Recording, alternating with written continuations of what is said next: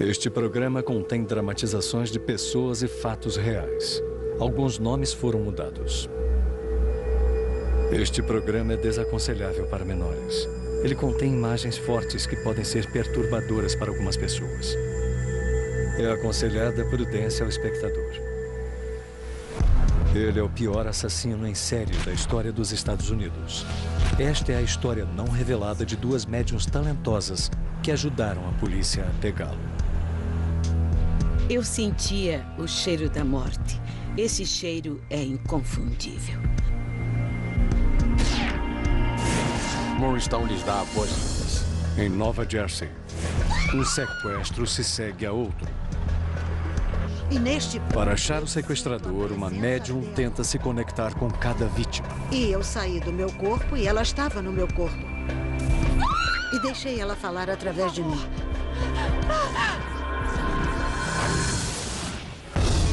Quando as pistas são escassas e as respostas evasivas, os investigadores às vezes recorrem a investigadores psíquicos. A queda de um assassino. Des Plaines, em Illinois. Um subúrbio de classe média a meia hora de Chicago.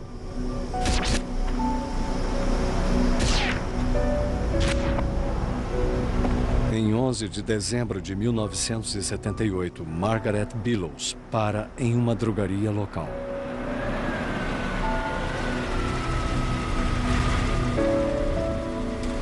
Hoje é uma noite especial para a família Bellows. É o aniversário de Margaret. Está tudo pronto para a festa. Margaret só tem que pegar o filho de 15 anos, Tommy, que trabalha na drogaria. Boa noite. O Tommy está? Tá sim, olha ele. Oi, mãe. Oi, meu amor. Dá pra guardar isso no balcão pra mim? Claro. Pronto pra sair? Não, ainda não. Eu tenho que falar com um empreiteiro. Tommy quer falar com um empreiteiro sobre um emprego de verão em um canteiro de obras. Tá legal, já volto, tá? Espera aí. Olha, não vai esquecer isso. O homem está esperando no estacionamento. Eu não demoro. Vou dar uma volta. Tá legal.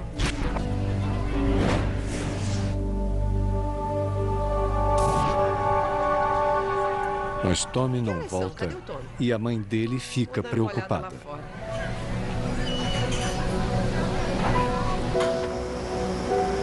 Lá fora, nenhum sinal do filho. Tommy! E nem do empreiteiro. Tommy Bellows simplesmente saiu e desapareceu.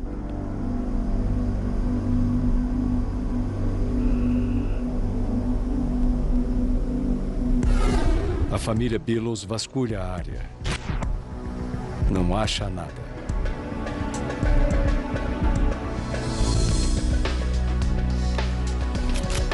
Naquela noite, eles dão queixa do desaparecimento. Bem-vindos a Des Plaines. De manhã, o relatório do desaparecimento vai para o tenente detetive Joseph Kozenzak.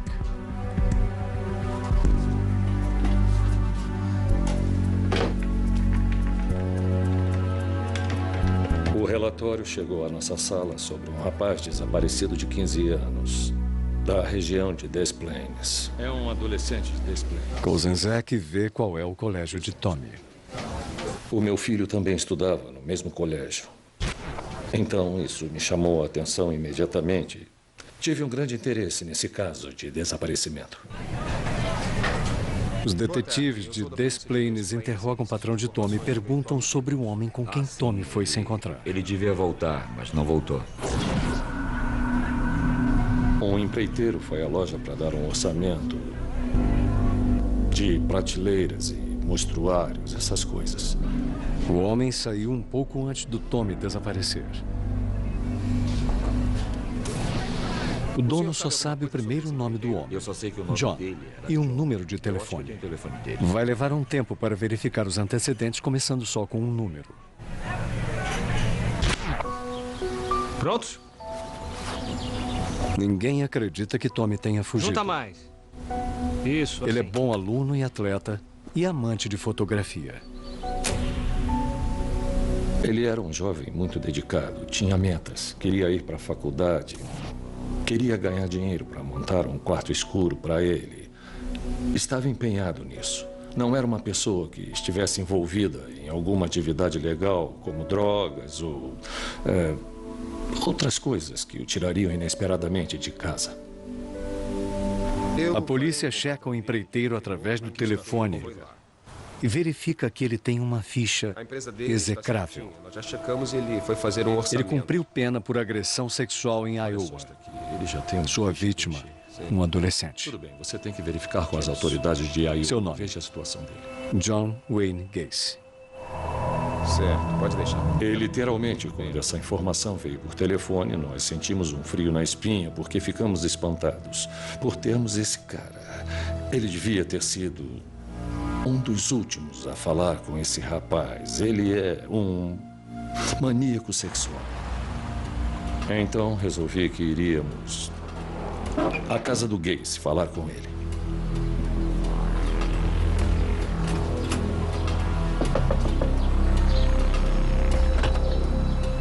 Posso ajudar? Gacy? Sim. Gacy mora em Norwich, Illinois. A alguns minutos do estacionamento onde Tommy desapareceu.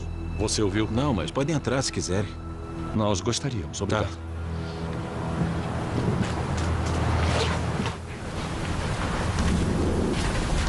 Obrigado, Sr. Gacy. Eu disse que ele foi visto falando com um rapaz e ele negou veementemente.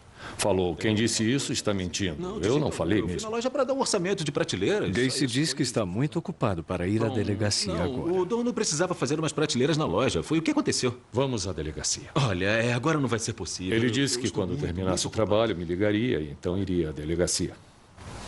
Tudo bem. Sem um mandado, a polícia não pode forçá-lo a ir. Por estar hesitante, ele estava...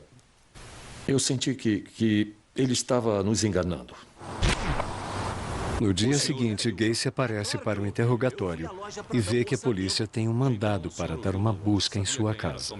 Eu vi, sim. E ele também ficou me viu. muito irritado quando eu pedi a chave a ele. Eu disse, John, precisamos da chave, senão vai perder a porta da frente. Nós vamos entrar na sua casa de um jeito ou de outro. Toma a chave! Obrigado.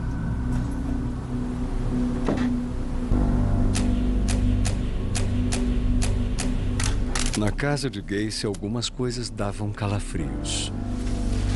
Um saco cheio de roupas masculinas tamanho M, pequenas demais para Gacy.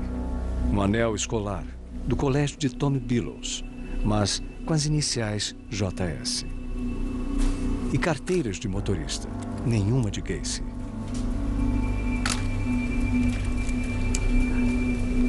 Os detetives também acharam um recibo de revelação de filme da drogaria onde Tommy trabalha. Eles vão checar os nomes das carteiras com a seção de desaparecidos.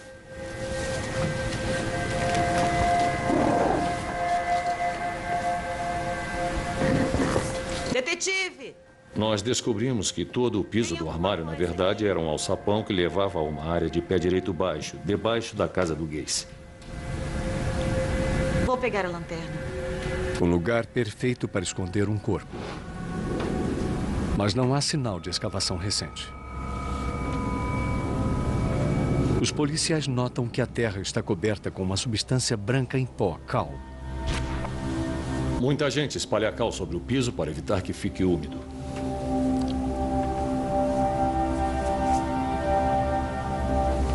Não há prova de crime algum.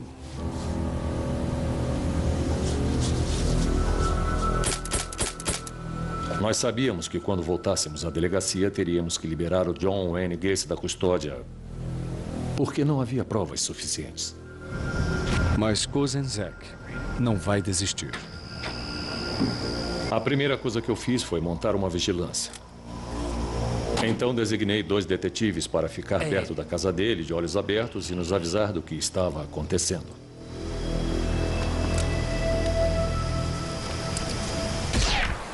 Os dias passam sem que a polícia consiga prendê-lo. Então, um colega sugere que Kozenzek consulte uma médium local. Eu era cético, para dizer o mínimo. Perguntei a ele quem era ela, e ele disse que o nome dela era Carol Brown. Quando ele entrou pela porta, sabia que era problema. Ela simplesmente me olhou e disse: não acredita nessas coisas, não é? Mas o detetive está disposto a tentar de tudo para encontrar Tommy. Eu pedi ao tenente Kozenzek para me trazer coisas do rapaz desaparecido.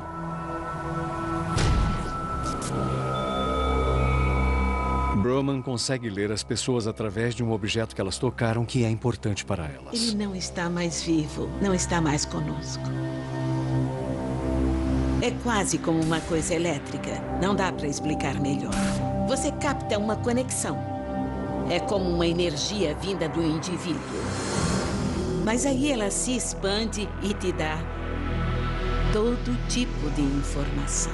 Estou sentindo. Quando eu peguei a câmera, a primeira coisa que senti foi medo. Reconstituição. Um medo terrível. Tortura. E aí as imagens na minha cabeça, eu acho que nunca senti tamanho terror em toda a minha vida. Carol sente que Tommy Billows foi assassinado e não foi o primeiro. Eu virei para ele e disse: há corpos em toda parte. E ele disse: o quê? E eu disse: há corpos em toda parte. Ela disse: eles estão enterrados juntos, estão em um arco. Pensamentos cruzavam a minha cabeça, sabe? Eu não tenho mais informações sobre outros desaparecidos aqui. Do que ela está falando? Eu sentia o cheiro da morte. Esse cheiro é inconfundível. Carol Broman se defronta com o maior medo do detetive. Um assassino em série à solta. Ele se foi. Ela vê John Wayne Gacy e seus segredos enterrados que vão chocar toda uma nação.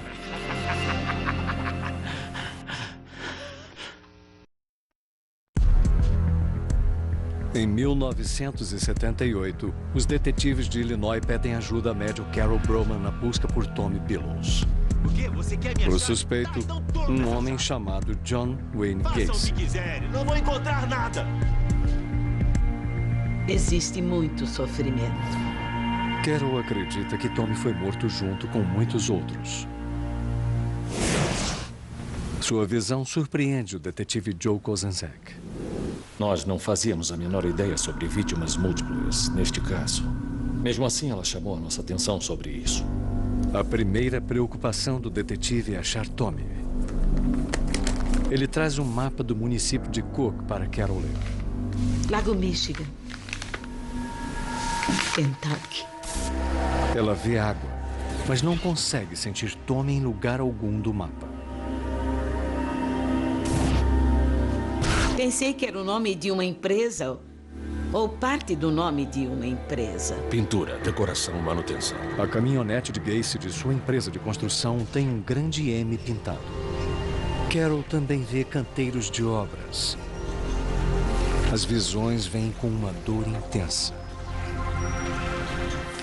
Eu sinto muito. Eu fiquei dizendo a ele nas entrevistas que eu queria parar porque estava sendo demais. Porque agora eu estava começando a captar o modo como alguns deles tinham morrido. As sensações são terríveis. Eu não gosto de ser médium. Eu não gosto do que isso faz comigo. Eu não gosto de saber o que acontece com as pessoas. Foi uma morte horrível e eu realmente não quero mais falar. Kozenzek encoraja Carol. Eles têm que achar Tommy. Carol Broman continuou com uma descrição de quem ela achava que era o assassino. Talvez com seus 40 e poucos anos. Era troncudo e tinha uma cicatriz no dedo mindinho. Os registros das digitais do Gary batem. Dá pra ver uma cicatriz no dedo mindinho dele. E isso essencialmente confirmou a informação que a Carol já havia nos fornecido. É familiar? Não é só a visão de Carol que compromete Gacy. O recibo das fotos achado em sua casa o liga a Tommy. Na noite em que o rapaz desapareceu, uma jovem trabalhava no caixa. Ai, é difícil saber. Sei lá, quase impossível. Ela tinha ido a um baile no colégio. Número. Eu tava com o casaco dele. Ela queria revelar as fotos. É o que eu lembro. Então anotou o próprio pedido. Destacou e botou no bolso do casaco que estava usando. Mas o casaco era do Tommy. Espera aí. Olha, Ele não tinha esquece emprestado a ela naquele dia. Eu vou dar uma volta. Tudo bem. Eu não demoro. E ela devolveu, esquecendo o recibo. E, misteriosamente, de uma hora para outra, esse recibo das fotos aparece na lata de lixo na casa do Gacy. Isso só confirma o fato de que o rapaz esteve na casa dele. O anel escolar também é incriminador. E descobre-se que é de um rapaz desaparecido no ano anterior. As identidades encontradas na casa são de vários rapazes. Alguns trabalhavam para o Gacy. Todos desapareceram. E a polícia descobre mais durante um estranho encontro. Gacy convida descaradamente a equipe de vigilância para o café da manhã. Gacy achou que era mais esperto do que a polícia e que tudo isso era uma grande brincadeira que ele fazia. Ainda tem torta de maçã aqui, detetive. Os detetives percebem um cheiro estranho vindo de uma saída de ar. Detetives, está aqui, venham. Eles voltaram para a central, chegaram a mim e disseram: Tenente, está acontecendo alguma coisa no porão do cara. O cheiro parece de necrotério. Os detetives executaram imediatamente o segundo mandado de busca. Desta vez, o cheiro é horrendo.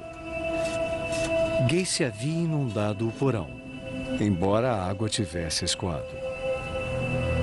O que ele fez essencialmente foi tirar a vedação do chão, inundando o porão. Reconstituição.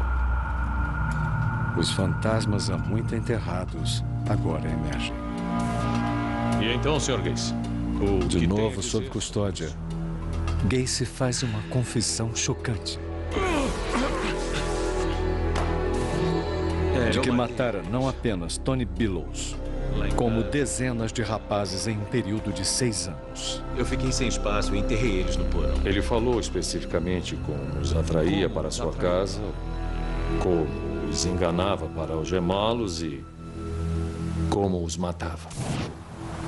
Carol previu que as vítimas estavam enterradas em um arco. Os corpos foram todos enterrados em um tipo de arco em volta da fundação da casa de Gacy.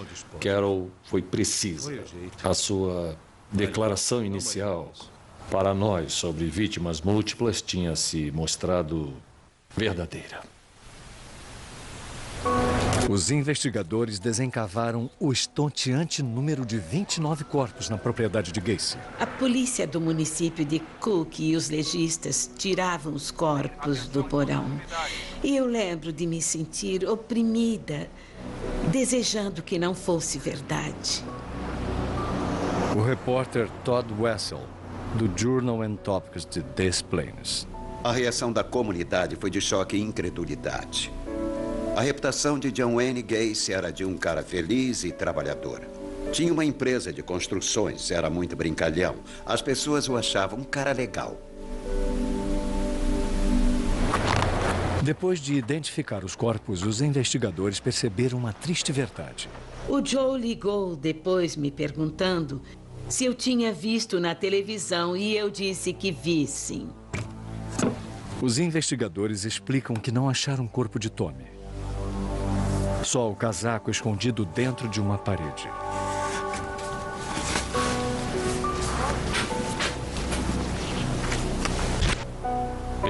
O senhor e a senhora Billows querem o filho de volta. Fizemos o possível. Pega minha bolsa para mim, por favor. Ela me disse que tinha lido um artigo sobre uma mulher que ajuda as pessoas a achar seus filhos desaparecidos. E ela pediu para eu ver se essa mulher podia vir a Chicago para ajudar a procurar o filho. Aí eu pensei, eu farei isso com prazer. Talvez ela possa ajudar. Agora, acreditando, Kozenzek contacta a médium Dorothy Allison. Por uma semana, Dorothy Allison ficou na área de Chicago.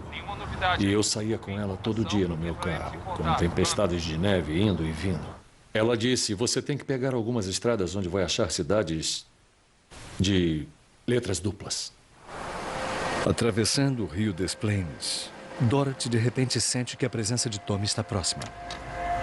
Mas as estradas que acompanham o rio estão bloqueadas pela neve. Esta região aqui.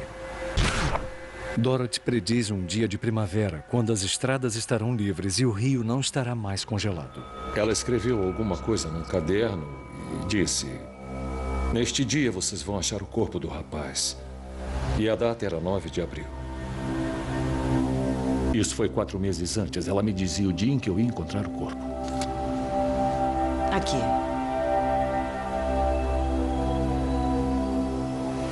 Os detetives esperam encontrar o rapaz mais cedo. E parece que talvez encontrem à medida que mais corpos começam a emergir.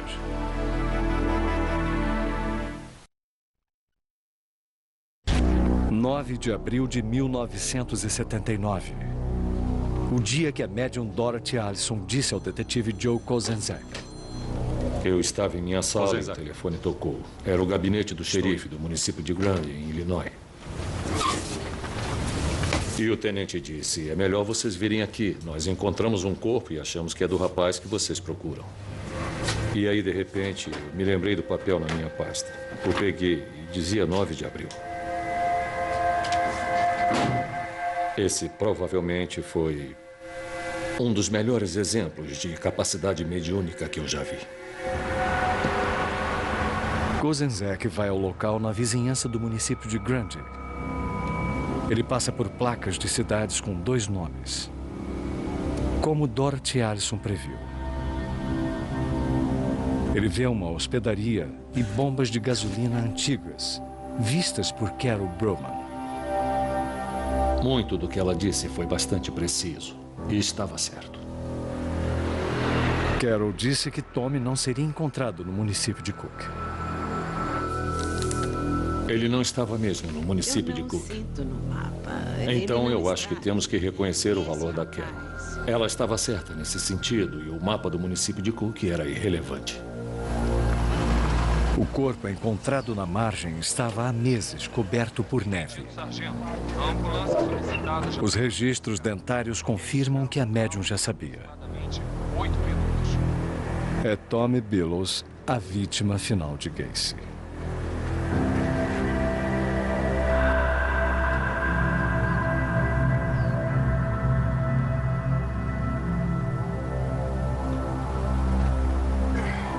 O Gacy pegou o corpo e enrolou num cobertor. Então o transportou para quase 100 quilômetros a sudoeste de Chicago, até a ponte do Rio des Plaines. Aí ele parou o carro, pegou o corpo e o jogou da ponte. Há dor na vida de todo mundo. E nenhum de nós está imune a isso. Mas há algumas dores que você jamais imagina que um dia terá que enfrentar. E para mim, o caso Gacy é um exemplo perfeito. Em 1980, John Wayne Gacy é condenado por 33 homicídios e recebe a pena de morte. Ele é executado em 1994. Joe Kozenzak não desistiu até pegar John Wayne Gacy e trabalhou com médiums para ter certeza de que conseguiria. Em Nova Jersey, a polícia enfrenta seu próprio caso de assassino em série. Me larga! Me larga! No desespero de impedir um louco antes que mais corpos se amontoem. Município de Morris, Nova Jersey. Uma miscelânea de cidades suburbanas a oeste da cidade de Nova York. Terça-feira, 23 de novembro de 1982. No último ano do colégio, Mandy Simpson sai do trabalho em um shopping local, pronta para o feriado de Ação de Graças. Ninguém a vê sair, nem a ouve gritar.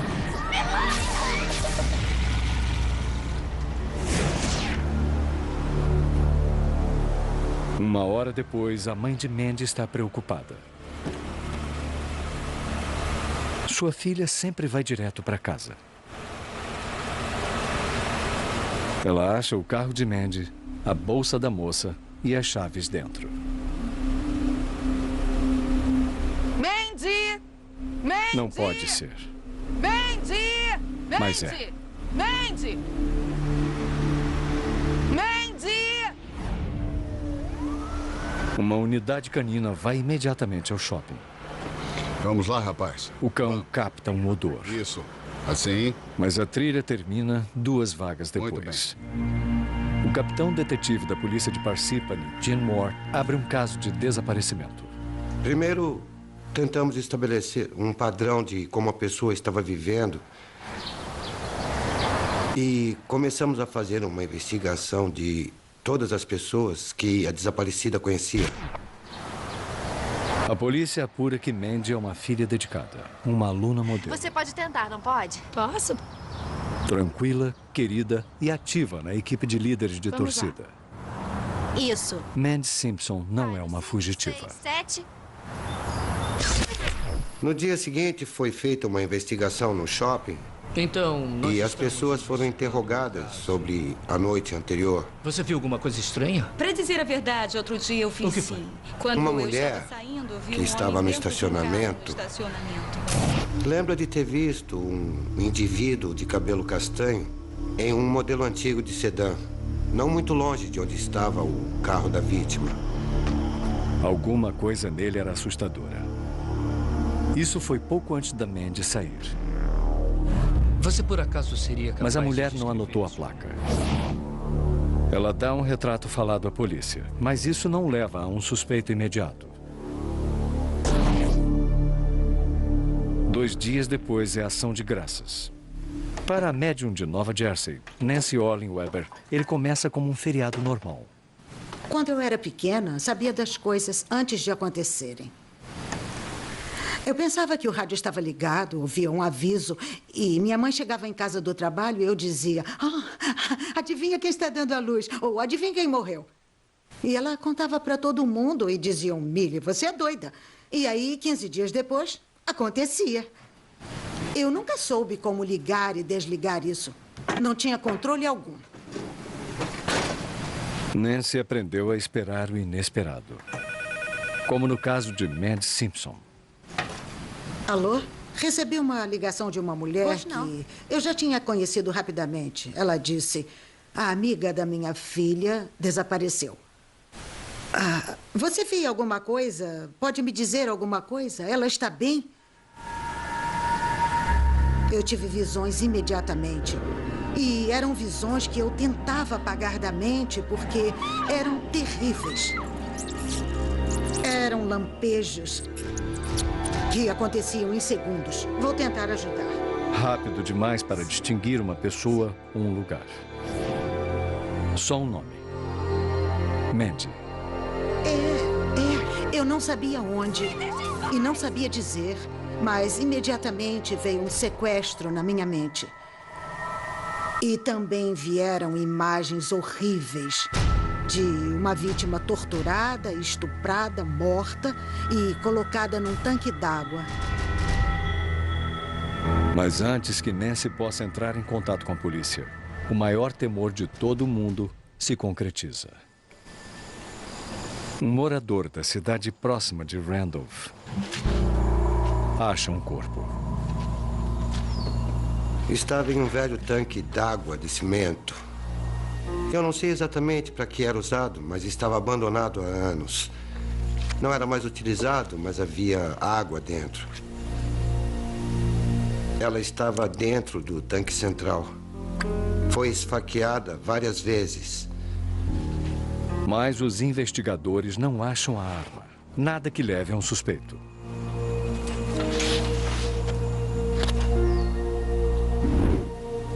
O legista do município de Morris confirma que é Mandy Simpson. Ferimentos de defesa revelam que Mandy lutou por sua vida. Ela foi agredida sexualmente. Depois sangrou até morrer, apunhalada múltiplas vezes com uma faca de caça. Moradora assassinada. A polícia retém detalhes chaves para separar as dicas válidas das ruins. Nós recebemos umas ligações com dicas, mas nenhuma delas deu resultado e não tínhamos uma direção a seguir na época. Então Nancy se encontra com um velho amigo, o detetive Bill Hughes. E eu disse para ele, Bill, por que os jornais mentem sobre a vítima? Eles publicam o que nós contamos, tá bom? Está incompleto. Sendo de outro departamento de polícia, Hughes não faz parte da investigação. Eles nem falam dos ferimentos. Eu não sabia do que ela estava falando. Eu pensei que todos os fatos do caso tinham sido revelados. E eu disse, ela foi estuprada, terrivelmente torturada e estava quase nua, não estava vestida. Bem, Mas Nancy não sabe quem foi. E sua informação é acrescentada a uma longa lista de dicas, incluindo a visão de um homem de cabelo castanho em um modelo antigo de sedã.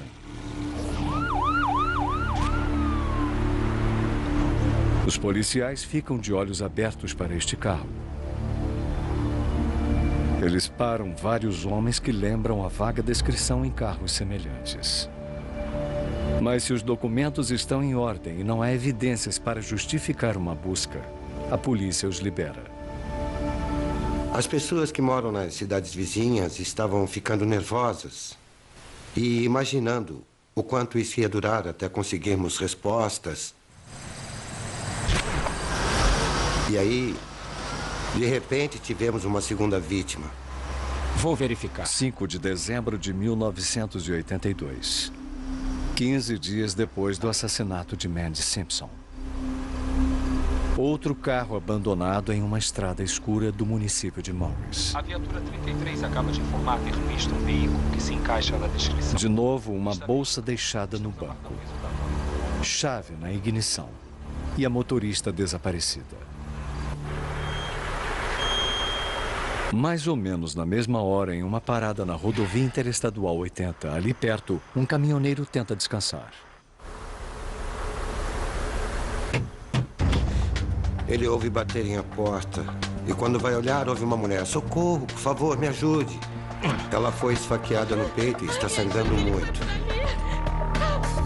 Ele foi por ali. Aí ele pega o rádio e começa a pedir socorro. Socorro, alguém! A mulher perde as forças rapidamente. O agressor sombrio atacou de novo. Eu sabia que ele ia agir de novo. Sabia que ele ia tentar matar alguém de novo. Ele foi por ali. Esta pode ser a primeira grande chance no caso, se a vítima sobreviver.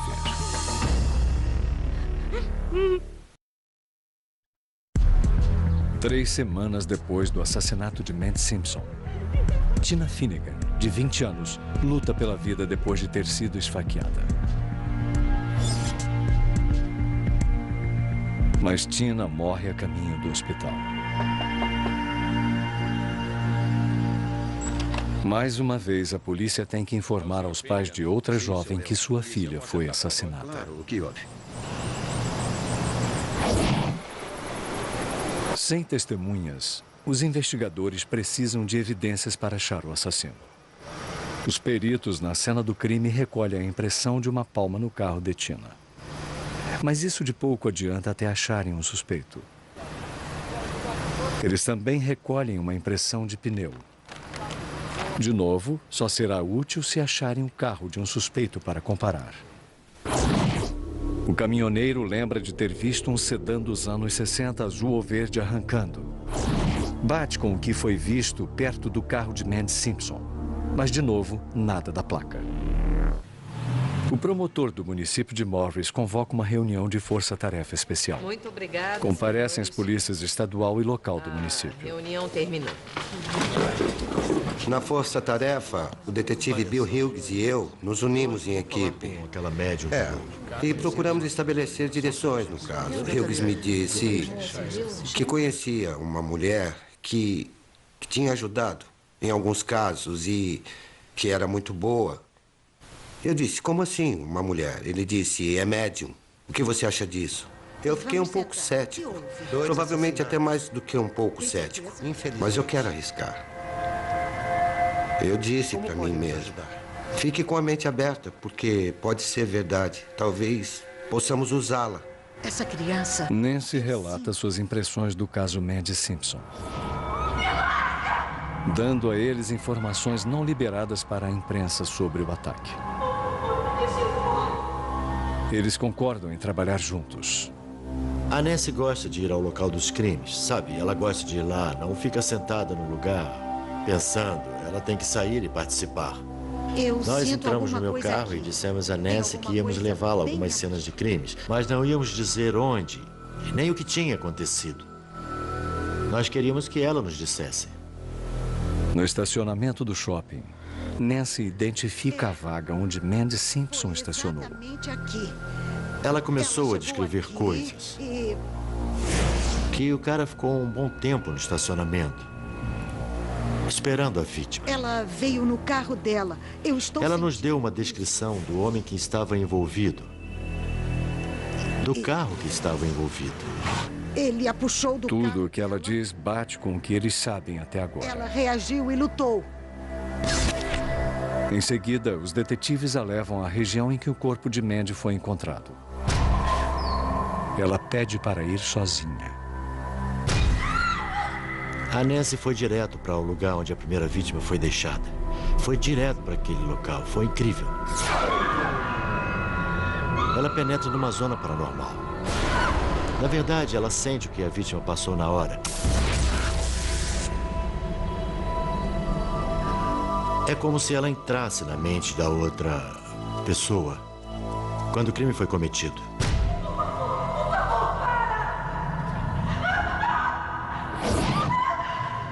É uma hora dolorosa para Nancy.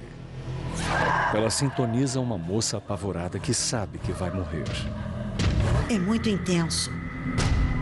É um serviço que você faz para a vítima, para se tornar a vítima, para aliviar o terror e o medo por simplesmente estar com eles na hora da dor. Como uma pessoa que está sofrendo e alguém segura a sua mão. Eu estava vendo um assassino. Então ela vê mais. Eu não sei como consegui o nome dele. E isso provavelmente será sempre um mistério para mim. Eu disse a eles que senti um homem chamado James. O sobrenome começa com K e termina com ICH, um som assim. K, blá, blá, it. Eu disse, tem várias sílabas e de origem polonesa. Nancy também sente que o suspeito morou na Flórida. Ele morou lá. É muito estranho. Você pode ter uma imagem do que está acontecendo exatamente. Você fica lá tentando anotar, tomar nota e ver o que ela está fazendo ao mesmo tempo. É uma experiência, sabe? Porque é fascinante ver o trabalho dela. Eles chegam à cena do crime de Tina Finnegan. Ela sabia exatamente onde o carro foi tirado da estrada. Não há como ela ter sabido disso. Ele a puxou do carro. Às vezes é como ver um filme e às vezes é como ver pedacinhos de um filme, bem pequenininhos. A Nancy começou a descrever exatamente como o crime aconteceu e como a vítima fez muito barulho. Ela estava resistindo a ele. Então ele acabou a esfaqueando no peito e fugindo. Normalmente há uma semente em mim de uma imagem, um sentimento. É uma semente que começa a crescer se eu a cultivar. E trabalhar com a polícia me ajuda a cultivá-la. É uma oficina. Nancy, ao montar o quebra-cabeças, vê mais detalhes do suspeito. Veio dessa área. No município de Morris. Morava aqui e cresceu aqui. Ela sente uma prisão prévia no sul. Foi na Flórida por assassinato. Nossa, o comitê da condicional soltou, não sei por quê. Fique de pé. Nancy acha que o homem agora voltou para o município de Morris e trabalha em uma oficina. Eles têm que achá-lo. Sabíamos que estávamos lidando com alguém que ia matar até ser impedido. Até agora, um assassino em série enganou a polícia. Mas um confronto em comum com uma médium vai mudar a sua sorte para sempre.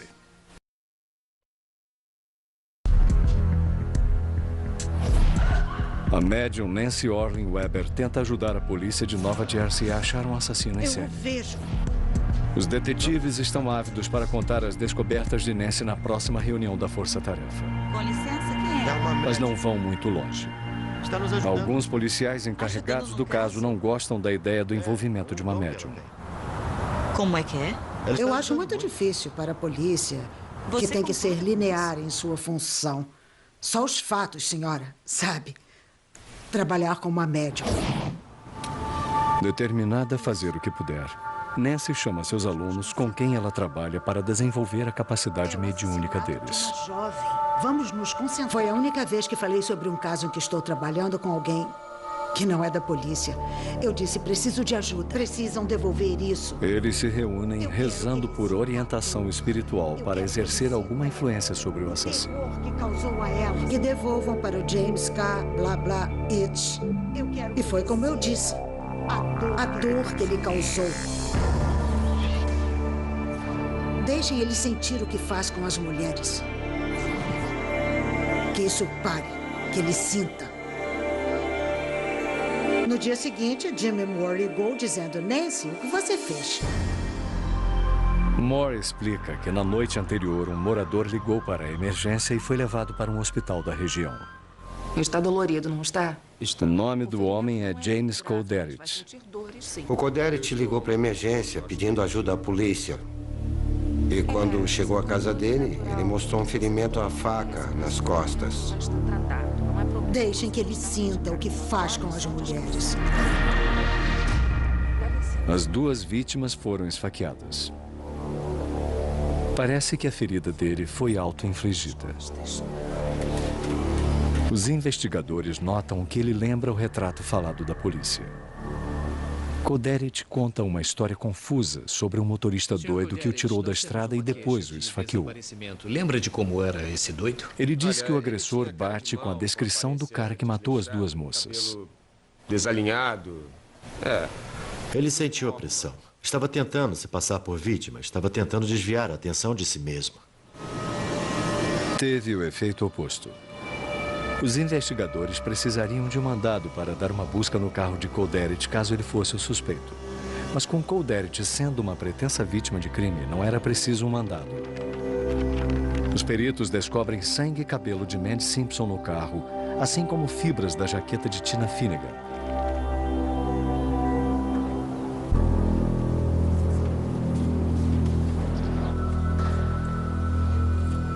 As marcas dos pneus batem com as marcas encontradas perto do carro de Tina.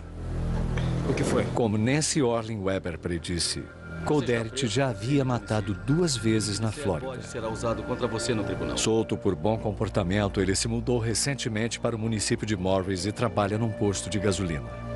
E aqui ela Tudo que Nancy me disse, eu anotei.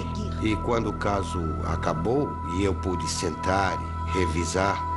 Foi na Ela foi precisa. Flórida. A Nancy me fez acreditar.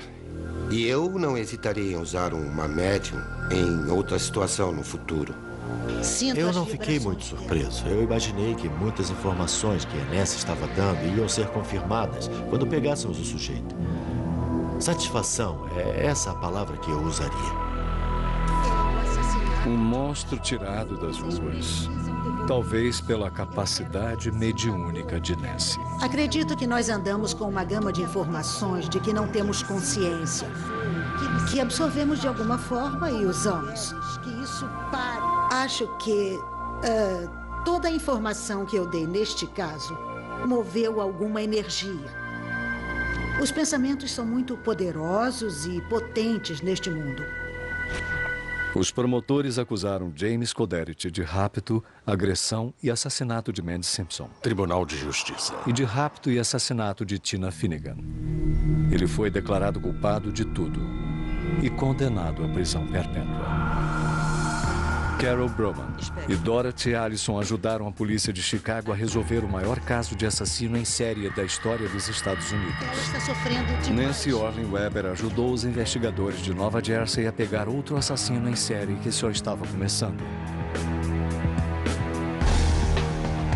Foi 3 médiuns dispostas a suportar uma dor emocional terrível, fazendo todo o possível para ajudar a polícia. Versão brasileira Audiocorp.